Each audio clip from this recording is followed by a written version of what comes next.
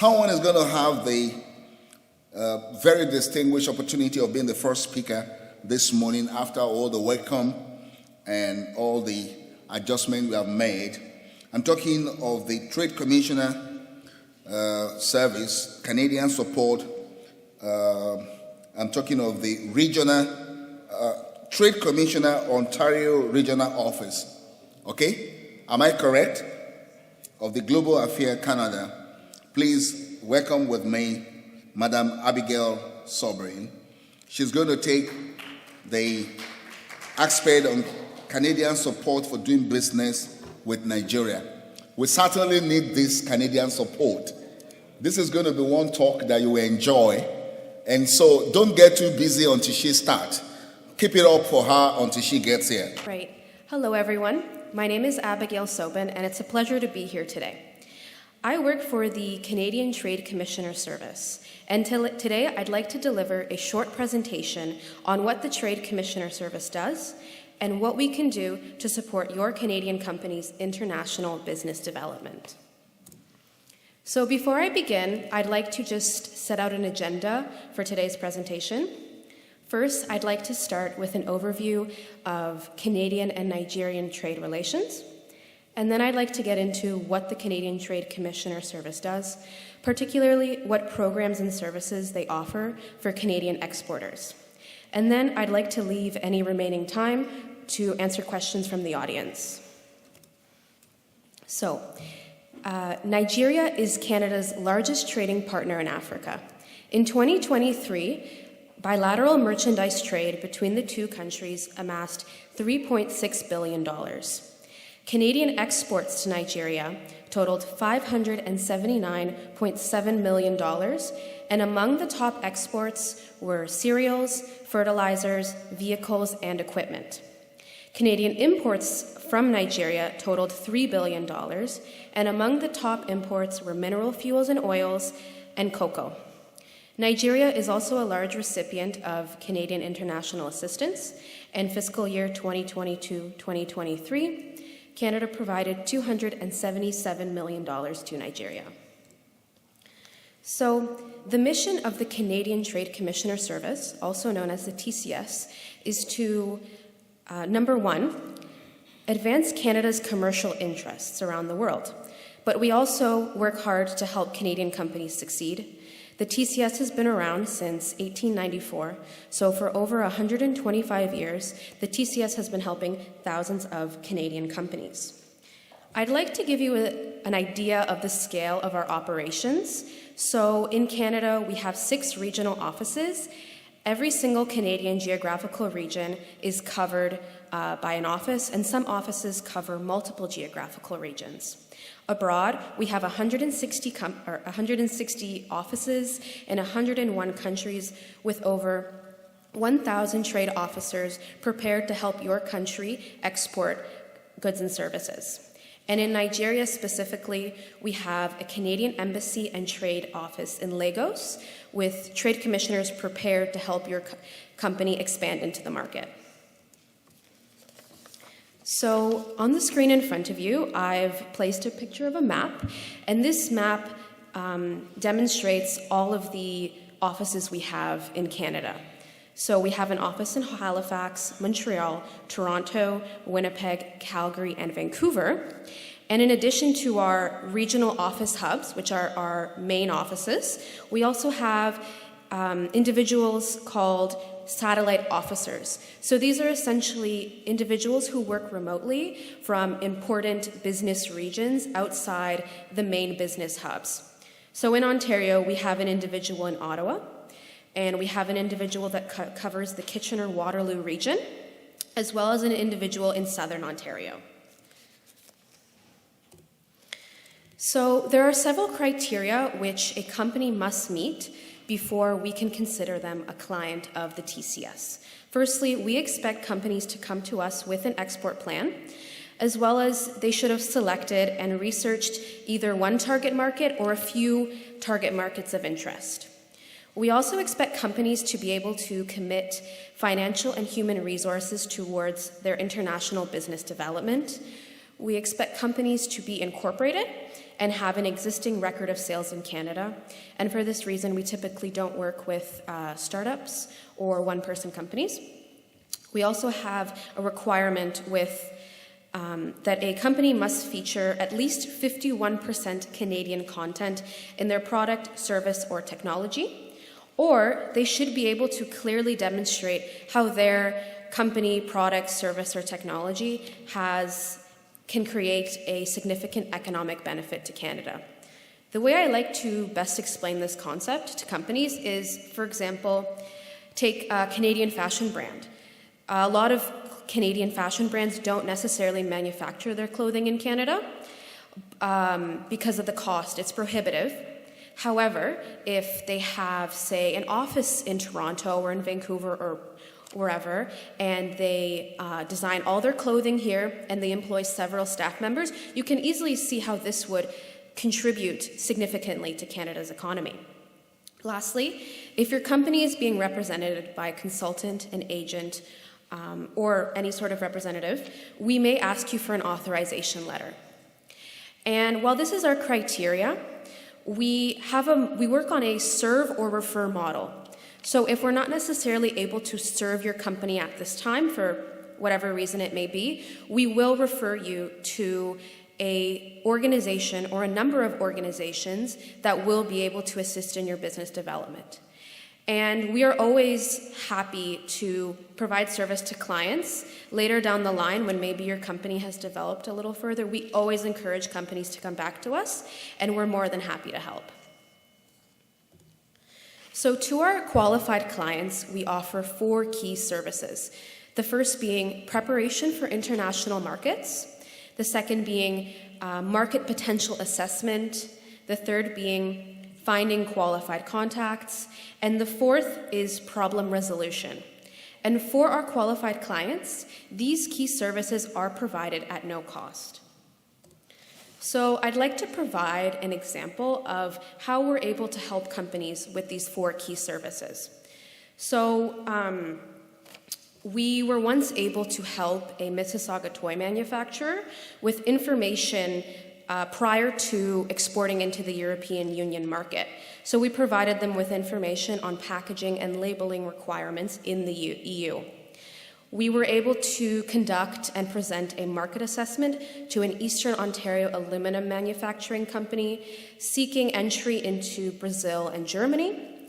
We were able to find qualified and vetted translators in the Vietnamese market for a software technical writing company.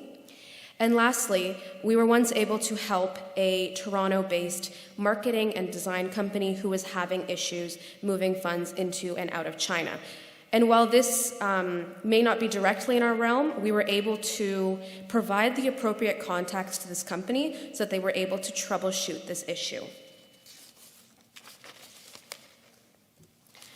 So now I'd like to take some time to talk about the Trade Commissioner Services flagship funding program.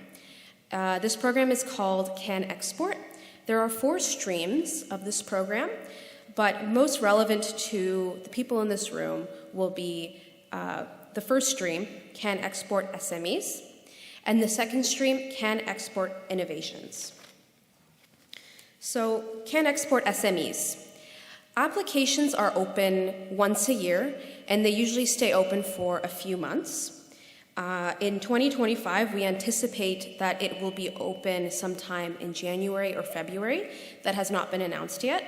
However, if you would like any activities to be covered by this funding program, on your application, they must commence after April 1st, 2025. So the intention of this program is to provide direct financial assistance to small and medium-sized businesses to support their international marketing and international business development. I'd like to stress that it is a very popular and highly competitive program. On average, we receive 1,800 applications annually. However, when speaking with some of my colleagues that work very closely on this file, I got word that we had between 4,000 and 6,000 applications this year alone. So for this reason, we encourage companies to, number 1, apply early, because the money is allotted on a rolling basis, meaning As the program near the end, they don't wait for all the applications to build up and then assess. They provide funding as they go. We also encourage companies to devote the time to writing a strong application. And this is actually a service that we offer to our clients. If you write a draft, we would be more than happy to go over it to maximize your chances of receiving funding. So the program is a 50-50 cost-sharing program where Canadian SMEs can receive between $10,000 and $50,000 per project. So one of the objectives is to support SMEs in their international business development, but the Canadian government is also interested in diversifying the destination of Canada's goods and services outside of the US market, which is currently the dominant market for our goods and services. As such, successful candidates should detail their plan on how they intend to expand their goods and services into either a brand new market that they have not yet explored or a market that they have just begun expanding into. So up on the screen in front of me, I have some costs that can be covered by the Can Export SMEs program. So for example, any fees associated with business travel like flights or hotels for yourself or for your staff, per diems, or any fees associated with a visa, any fees associated with participating in trade fairs and trade missions, any fees associated with the translation or adaptation of marketing tools, if you need to use some interpretation or translation services, this can also be covered by Can Export. If you need to seek legal, business, or tax advice, this can be covered by the program. Any IP protection and certification fees are covered. And if you need to hire a consultant, this can also be covered, as well as anything in the realm of online marketing like SEO, the hiring of a sales consultant, or anything related to social media. So now I'd like to briefly discuss Can Export Innovation. So this program differs from Can Export SMEs in that it is available year-round, but the application portal will close when a significant number of applications are received. As such, as we're nearing the end of the year, the application portal is currently closed. So this program is intended to provide assistance for innovators and Canadian organizations to establish research and development partnerships with foreign partners with the eventual goal of commercializing their product, service, or technology. The objectives are to support Canadian innovators in co-developing, validating, or adapting a technology, while leveraging their foreign partners' technical expertise or technologies. So some further details about the program. The funding cycle is 1 year. So meaning if you apply to the program, any activities that you would like to be covered by the funding should take place between April 1st and March 31st of the same fiscal year. Your project budget should be between $0 and $100,000, with there being no minimum budget. And it is a 75-25 cost-sharing program where successful companies can receive up to $75,000 in funding for a single technology. I'd also like to add that though the application intake process is continuous, applicants can only have one active project at a time.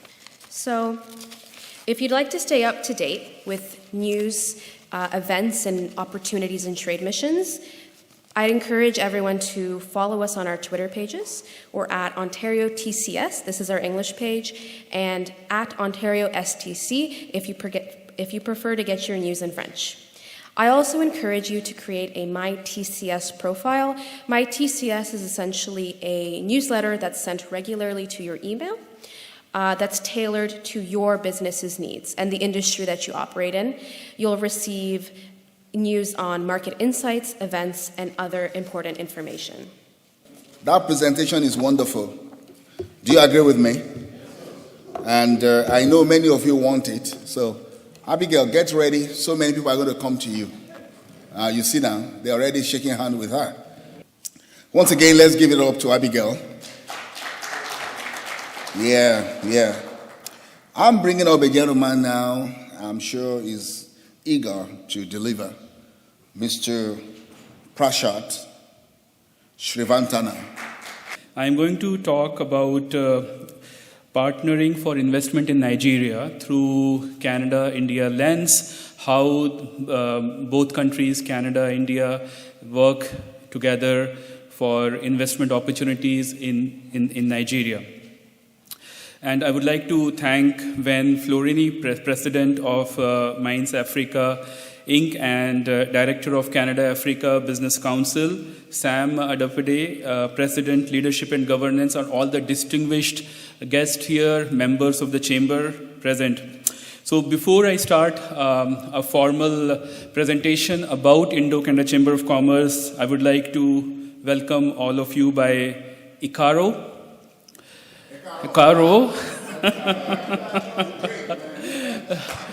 Thank you. Three important points about India and Nigeria.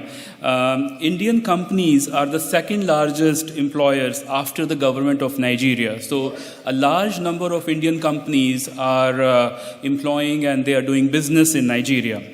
What India has done in terms of partnership in Nigeria, it is in the skill development, skill transfer into a niche of industries which are in telecom, banking software, as well as in oil and gas.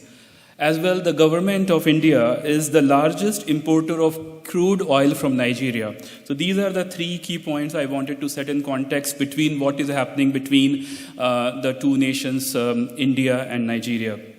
When it comes to Canada and India, it is also important to see the trade between both the countries. And as India has become one of the top 10 countries for international trade with Canada, according to the recent data. And despite all the challenges we see in the media, in 2022, the bilateral trade between two countries reached $10 billion. And it is in the mutual interest also for both the countries. And India is also an integral piece of the Indo-Pacific strategy of the Canadian government, which is about market diversification, working with the companies in both the countries.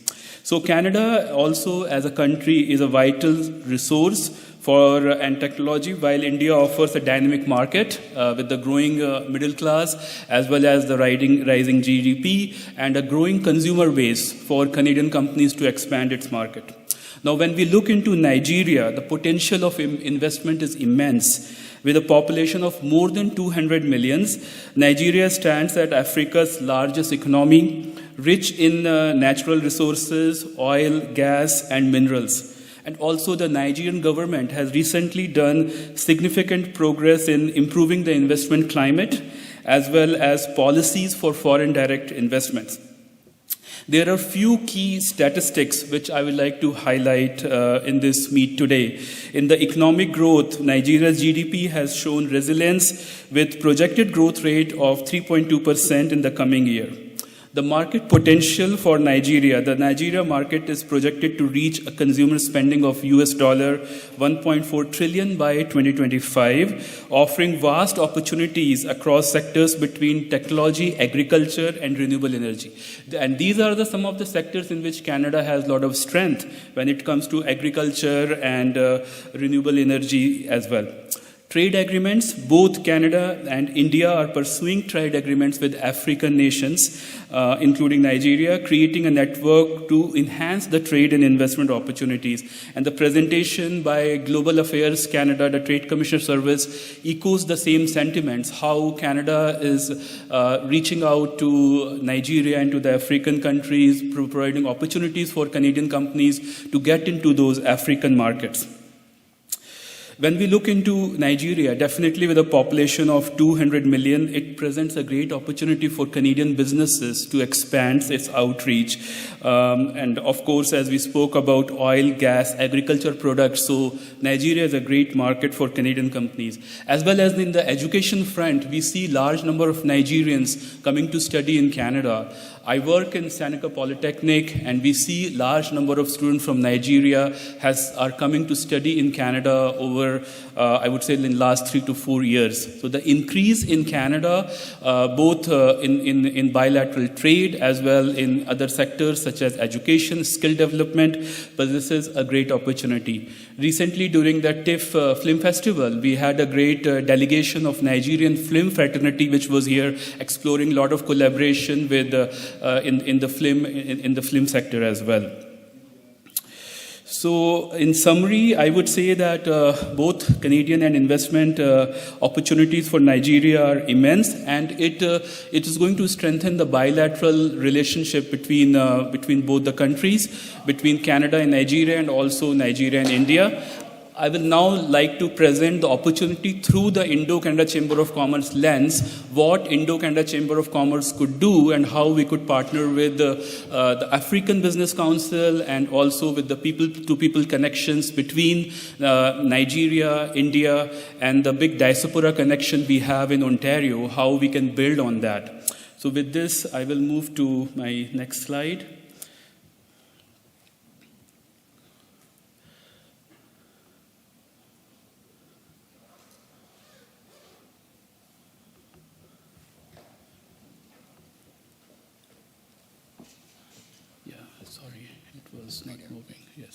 So a brief about Indo-Canada Chamber of Commerce. Indo-Canada Chamber of Commerce is the oldest and the largest bilateral trade organization working between the India-Canada corridor.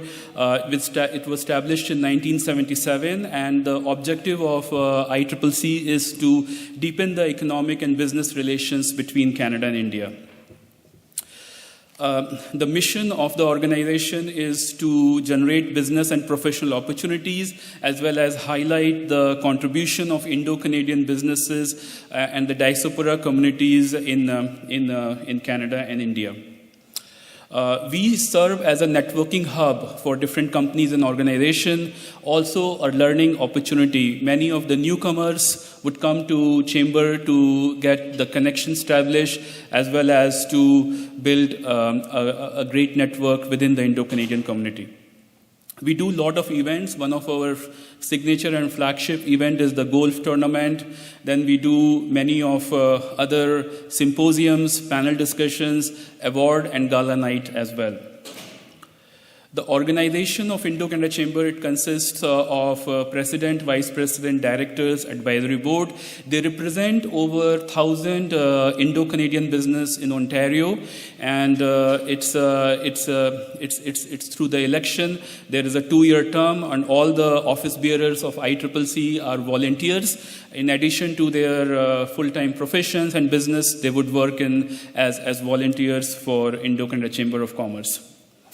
Indo-Canada Chamber of Commerce has received the Pravasi Bharati Samman, which is the highest award given to a non-resident Indian or an Indian organization in 2012, which is a matter of pride for Indo-Canada Chamber of Commerce, as well as it has received appreciations, awards from federal, provincial, and municipal governments as well.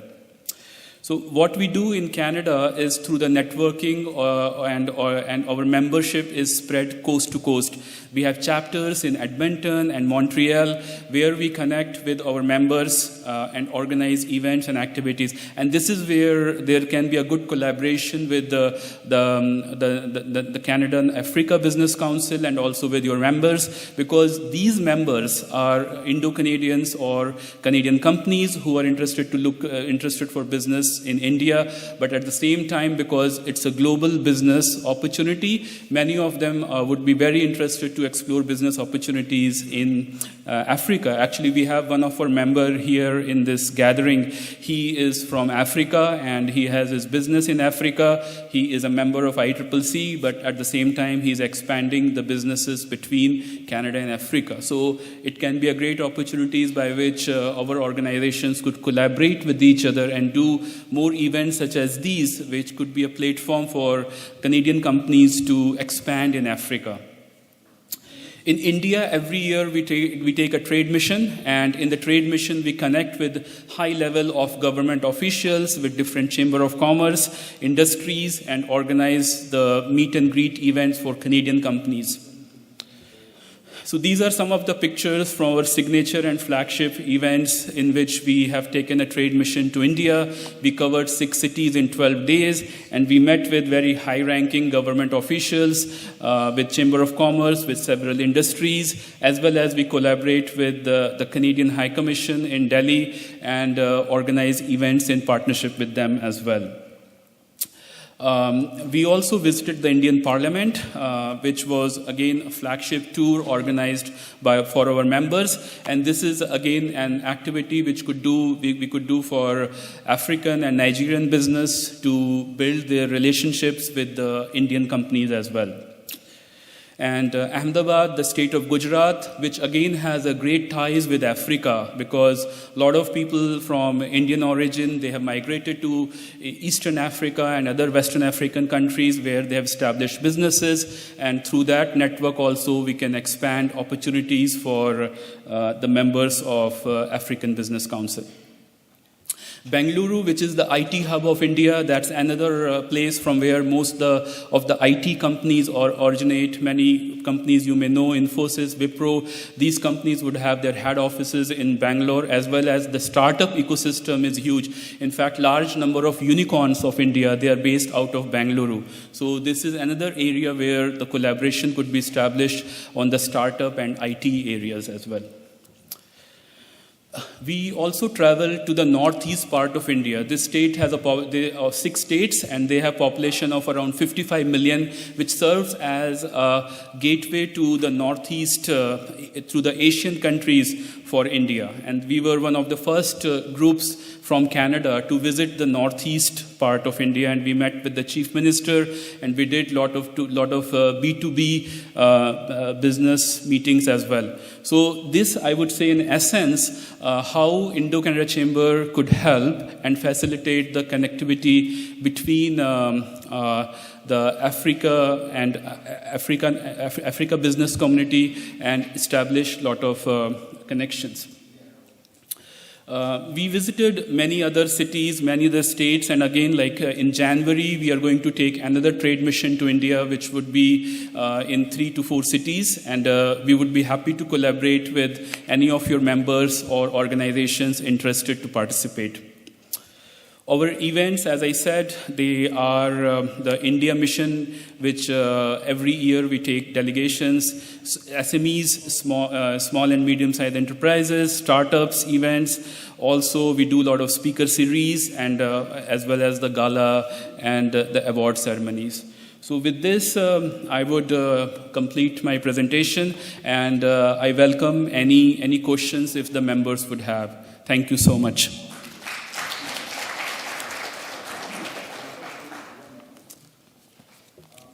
Thank you. Are you also done? Yes. Oh, please. Thank you so much.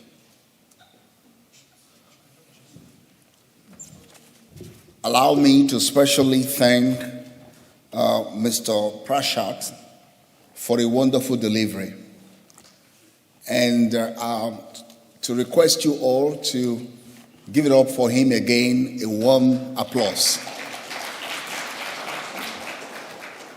Let me remind us that we will be having all the speakers together in a question and answer session. So don't go anywhere. We're going to have you with Abigail and the next speaker and the next speaker. So we have the 4 of you all together. But tell me something. The quality of presentation we're having this morning seems to me to be higher than yesterday. Is that right? So why have you retained the best, for the last day? So if you are here yesterday and you are not here today, I think you miss. Is that right? Yeah, if you are here yesterday and you are not here today, I think such a person is missing. We're going to deal with opportunity in Nigeria education now, and a Canadian perspective from Mr. Harold Schroeder. So I want to speak as an agenda briefly about, for those that are not familiar with education in Nigeria, so what does the system look like right now, what's happening in Nigeria. Within that context, what are, in fact, the investment opportunities across a range of different things? What kind of government support or initiatives are there that might encourage that type of thing? I'll go through 4 case studies, 3 of which I would characterize as successful and 1 I would characterize as struggling. And then within all of that, what are the risks? As with any foreign location, there are risks associated, and what are some of the risk mitigation strategies that one might look at? And then really to wrap it up and say, okay, so what does that all mean bottom line? So the education structure in Nigeria is not too dissimilar in some ways from Canada, and in other ways different. There are a total of 12 years. Where you get to the end of sort of the high school level, and then you go into the tertiary education, the university level. So there's 6 years of primary school, 3 years of junior secondary, and 3 years of senior secondary, and then obviously your tertiary education. The language, again, is similar. It's English. But having said that, there are a lot of languages in Nigeria, over 500 different languages and 300 different ethnic groups.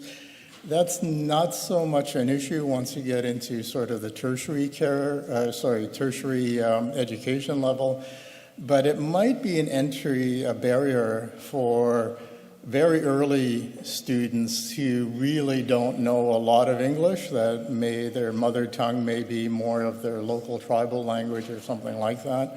So that's something to be cognizant of. The other difference is that there is sort of an undertone around faith in education in Nigeria as well. It tends to be either Muslim or Christian as sort of a general undertone. So that's not something that's unusual for schools in Nigeria to have as a component of their education.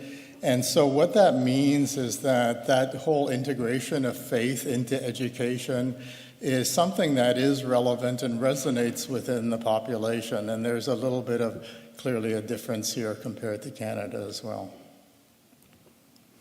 Some of the challenges, well, funding is a challenge, especially from the government and even to a degree from private entities that one needs to take into consideration when looking at education. There's a shortage of qualified teachers. There's a big struggle to get qualified teachers. Part of it is related to remuneration. Part of it is even just sort of a social perception of the teaching profession, maybe not being as elevated as it might be compared to North America. Poor infrastructure in terms of facilities like classrooms, libraries, laboratories. Again, definitely not at Canadian standards, so there's challenges there. And that all sort of contributing around the quality of education in certain respects, especially around even some of the teaching materials. Some of it might be outdated, inadequate teacher training. Of course, these are generalized comments. There are obviously exceptions. And then there's barriers to access that include poverty. So, a lot of times you have to pay for education, so there's poverty, cultural practices, and even security concerns in certain regions that will create barriers to access. There's high dropout rates, again, because of economic pressures or lack of interest, or sometimes children need to go back and support their families. They can't stay in school. Gender disparities, so again, some cultural norms or early marriages or other socioeconomic factors that will contribute to some of those challenges. Technology gaps around digital tools and internet in schools. You have that even in Canada, but even more so there. And then security concerns in certain parts of the country, in conflict-prone areas, where schools are often targets for attacks. And then finally, for those areas that are sort of in conflict areas, there's the broader humanitarian needs. There are plans by government to reform the education system by abolishing some of those outdated practices, improving the quality. Each state has, similar to Canada, each province has developed its own education sector plan, but implementation oftentimes is weak due to bureaucratic inefficiencies or lack of accountability, that type of thing. There are finally international supports where organizations such as World Bank or Global Partnership for Education will provide funding and strategic planning support. So those are other areas that one can draw on. So what does that mean? In terms of that landscape, what does that mean in terms of investment opportunities? Excuse me. So there is definitely a need for investment in education that respects sort of that local vision and those local needs according to each individual state and the plans they have. There's development needs around educational infrastructure, like I mentioned, around classrooms, laboratories, libraries, sports facilities, for supplementary education services, so things like after-school programs or tutoring centers or exam preparation. Those are all development needs. And financial products or services, student loans, scholarships that will help improve accessibility. The government, one of the challenges is really interest in education, and sometimes is not as clear as people are looking for. And there is some short-term thinking, certainly some corruption that we've heard about in other industry sectors as well. There is a need for teacher and education material. So teacher training, investment in teacher training is a need, as are the educational resources to actually train those teachers. And then coming out of that, what all of that means is that there really is a demand for both private and public education. So there is public education, but there's a lot of private education and a demand for that. Parents understand the importance of education, and generally, to the extent they have the means available, are willing to invest in private education because of some of the perceived inadequacies within the public system. So that provides an investment opportunity, clearly, for establishing private educational institutions, everything right from primary to secondary to universities, and to do it potentially in public-private partnerships. So these partnerships can be with government bodies. They can also be with other non-government bodies that support vocational training or underserviced areas. And even on this side, if you're not an educational institution, but you're providing some of these other aspects to education, you can partner with international education institutions. So I know, for example, even a couple of years ago, Mohawk College was looking at opportunities within Africa. So if there are accredited institutions that are interested in doing work in Africa and in Nigeria, then those might also be other partnerships that can be developed. So let me talk about some specific opportunities now. The one is around technology and education. So in terms of possible investment opportunities, e-learning platforms, really things that are geared to interactive and personalized learning. These can be offered from anywhere in the world. You don't have to be resident, obviously, within Nigeria to offer those. So the e-learning platform is an investment opportunity. The virtual classroom, again, interactive classes. I know a lot of universities, even in Canada, are providing a lot more online opportunities and interactive opportunities, even more so because of what happened with COVID. So there's a lot of that going on around virtual classrooms. And then for the universities and schools themselves, learning management systems, just to how to run the whole thing, whether it's delivering or tracking educational courses or training programs, all of those types of learning management systems are opportunities around the educational technology sector. There's also opportunities in mobile and interactive learning. So mobile learning apps. You know, if there's one thing you know about Nigeria, everybody seems to have a smartphone. They don't all have a PC, but they all have a smartphone and they all have access that way. So the mobile learning app is an opportunity for targeted education. And then the whole concept of gamification in education. So sometimes the level of rigor and the patience for sitting down and learning things is not the same, but if you can gamify things, you can introduce education that way, and especially when it comes to multilingual or mother tongue education types of things in those earlier years where maybe they're not quite as proficient in English at the beginning.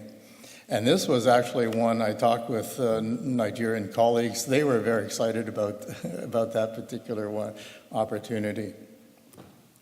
So this is something that is extremely important. You know that in a lot of developing countries, and Nigeria is one of them, they've leapfrogged ahead in terms of technology. I mean, when you look at telephone systems, you know, we have copper wires or whatever running all over the country. There they went straight to wireless and mobile phones and things like that. So that whole area of science, technology, engineering, mathematics, those tools around that area of education would be a great investment opportunity. And then finally, the equipment itself necessary for vocational training, and I'll talk about that in a little bit. But vocational training is a big, big need. We see that even in Canada. Vocational training is a big need because everybody wants the master's degree or something, but the real jobs, a lot of them, are in vocational training, and you'll see that in Nigeria as well. But you need equipment, you need tools for vocational training. So you could set up rental services or sales of specialized equipment for those types of training centers. And then finally, the support and infrastructure around teacher training and support. So again, digital tools, platforms that will help with teacher training, the whole area of cybersecurity around protecting educational data, making sure that privacy is maintained, and just even internet connectivity. I've experienced that myself. Internet sometimes is, some areas are not bad, and other areas, especially more rural areas, internet connectivity is a big issue, and that again is a possible investment opportunity. Let me talk about vocational and technical education. Again, another area that I want to highlight as an investment opportunity. So here I think the opportunities are around establishing training centers for vocational technical training. I spoke to actually someone, it was before COVID, so I think it was at either the first or second summit that we had for Canada, Nigeria. This fellow was from Western Canada, and he was opening vocational training schools in Nigeria, and he would do it with partnership with local entrepreneurs, so that after a certain period of time, I think it was like 7 years or something like that, the ownership would actually revert to the local Nigerian that was involved. So there was an initial partnership where they would build up that vocational school and eventually be taken over by people that were local to the school. So that's that whole area of creating training centers, or if you've got a great way of doing it and you've got the reputation, even franchising success that's out there. Certification, apprenticeship programs, always important to get credentialization and to get the necessary apprenticeship around that. So if there's a way of creating apprenticeship programs that can combine on-the-job training with classroom instruction, again, looking for those opportunities within Nigeria to do that. And obviously some sort of certification, again, if it's recognized either within Nigeria or other jurisdictions. Online, we've talked about this already, online and flexible learning solutions, again, in the vocational area. So online vocational training platforms, some things you initially need to get the learning on and then you need to practice it afterwards, or other types of skill development workshops. And then finally, industry collaboration. So industry is always looking for good quality people. And so if you can offer good vocational training where they know what they're getting, great opportunity to partner with industry. And arguably industry's got money, not necessarily, sometimes it's harder to get from individuals or government, but arguably industry is a good source of funding. So if you can partner with industry around developing specific training programs that align with their needs, and enhance learner employability, which in the end is really what vocational training is all about. Or even corporate training. So they may have staff already where they want to upgrade some of the skill levels for their staff and other investment opportunities. And then, of course, green and sustainable technologies. We heard yesterday about solar and all the opportunities that are coming there, especially for Nigeria, which has a lot of sun, unless it's rainy season. But aside from that, a lot of green possibilities there as well. And then finally, in terms of higher education and research, opportunities for sure around private universities and colleges. I'll give a couple of case studies in just a moment around that. But also around all of that, the infrastructure, things like classrooms, laboratories, libraries, and finally, the things that we've just finished talking about in terms of online and education solutions. Around the private colleges and universities, obviously, if there's some sort of partnership that can be done with Western universities, that would help a lot as well. Research and innovation in that higher education. So again, industry connections with academia, just like here in North America, is an opportunity to create economic development. Research and development centers in areas such as technology, healthcare, agriculture, engineering. And so sometimes you can find, we just heard about India, you can find really, really good talent in other North American environments that'll give you the same type of thing in a very cost-effective fashion. And then related to that, the incubators and innovation hubs to really, and they use them here as well. The universities here oftentimes have incubator hubs to help nurture and grow, and again, an investment opportunity there. And finally, again, for higher universities, higher education, professional development and training, and those international collaborations and scholarship programs, perhaps involving student exchange programs, funding opportunities for students and researchers.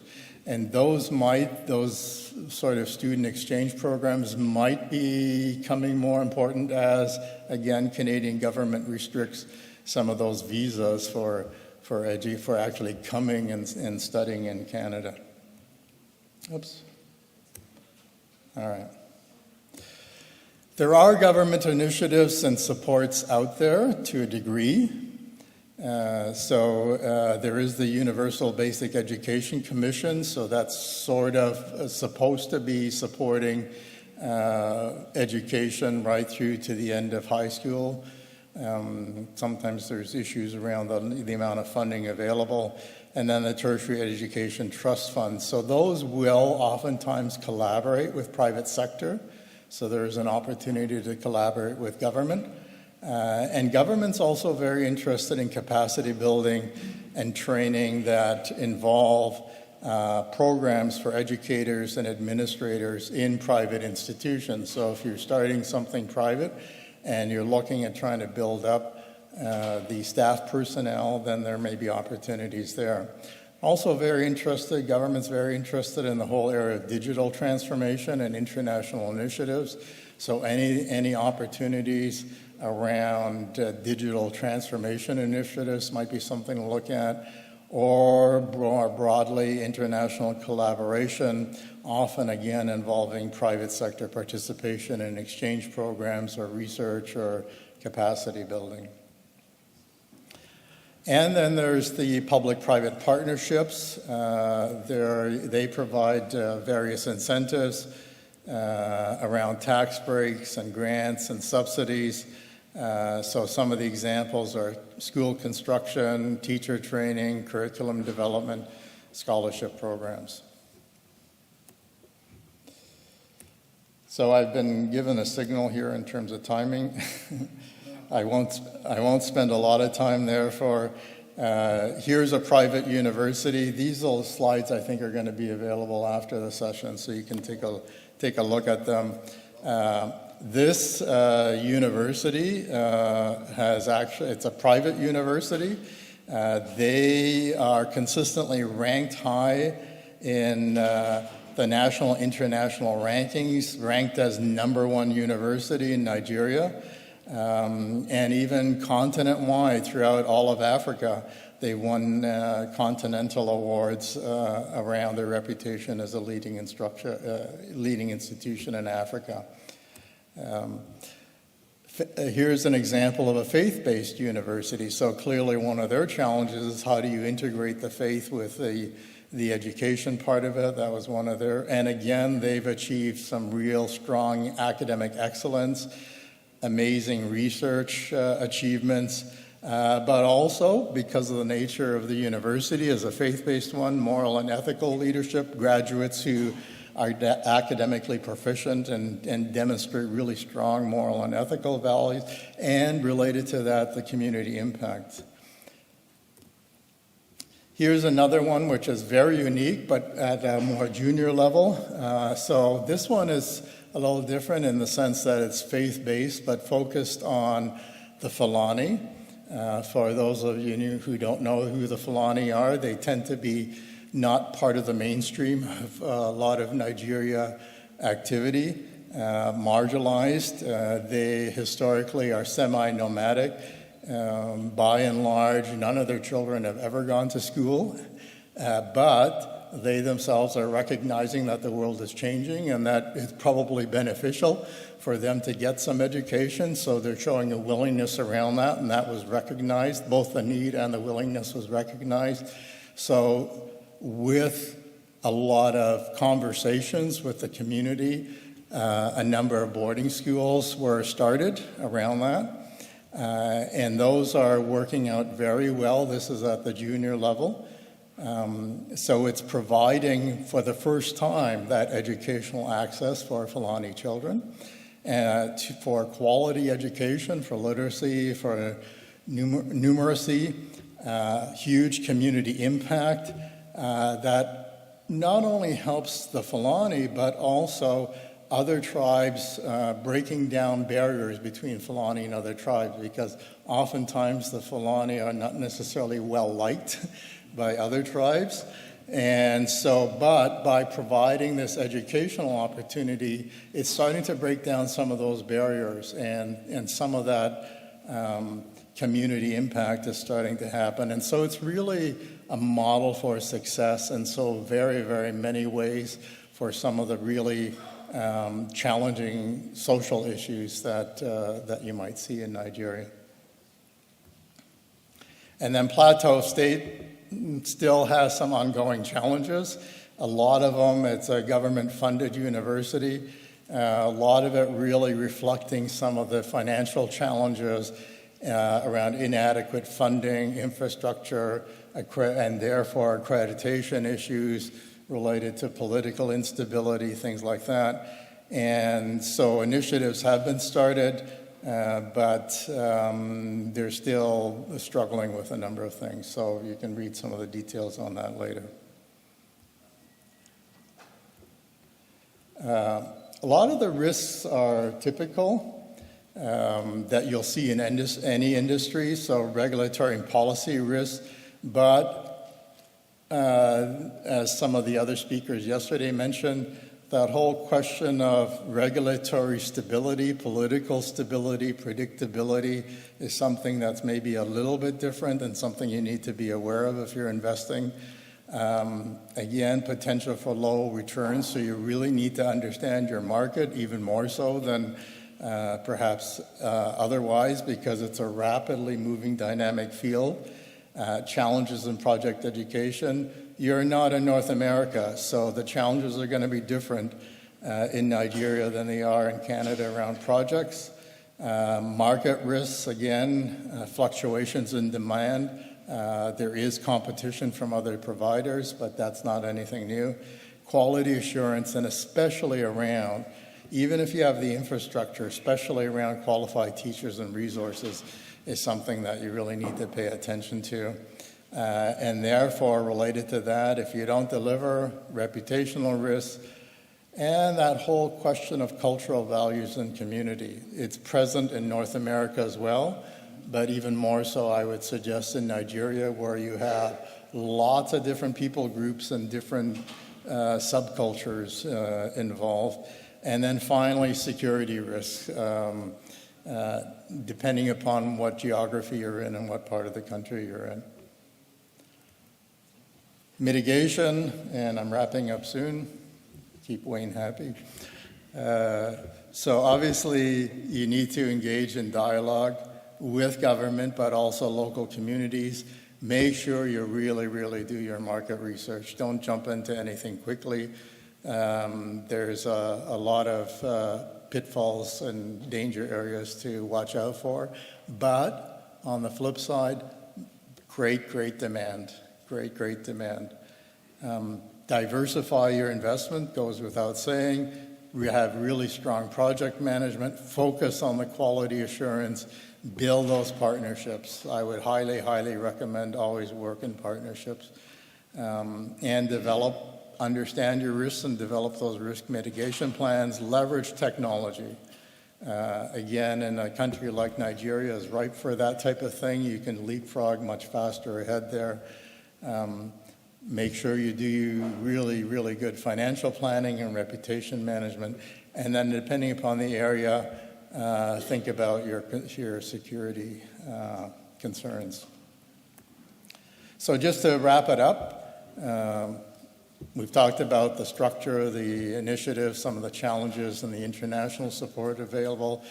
The investment opportunities are really in private institutions. Technology, education technology, teacher training, vocational training is a big one, higher education. There is government support available around incentives or P3 models, but make sure you understand the risks and you mitigate them.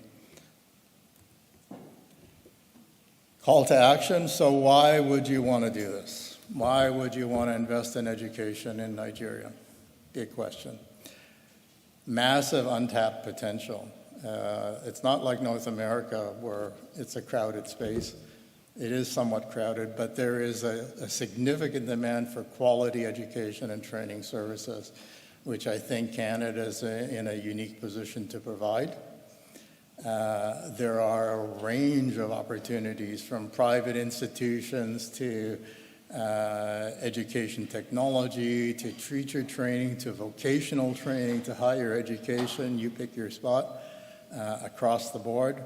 There are government incentives available in terms of tax incentives and policy reforms that are trying to improve around those things. But there is an ability, notwithstanding the risk, there is ability in any situation to mitigate against risks. And the way to do that is to engage with policymakers, do your market research, make sure you have strong management in place. And that's it. Thank you.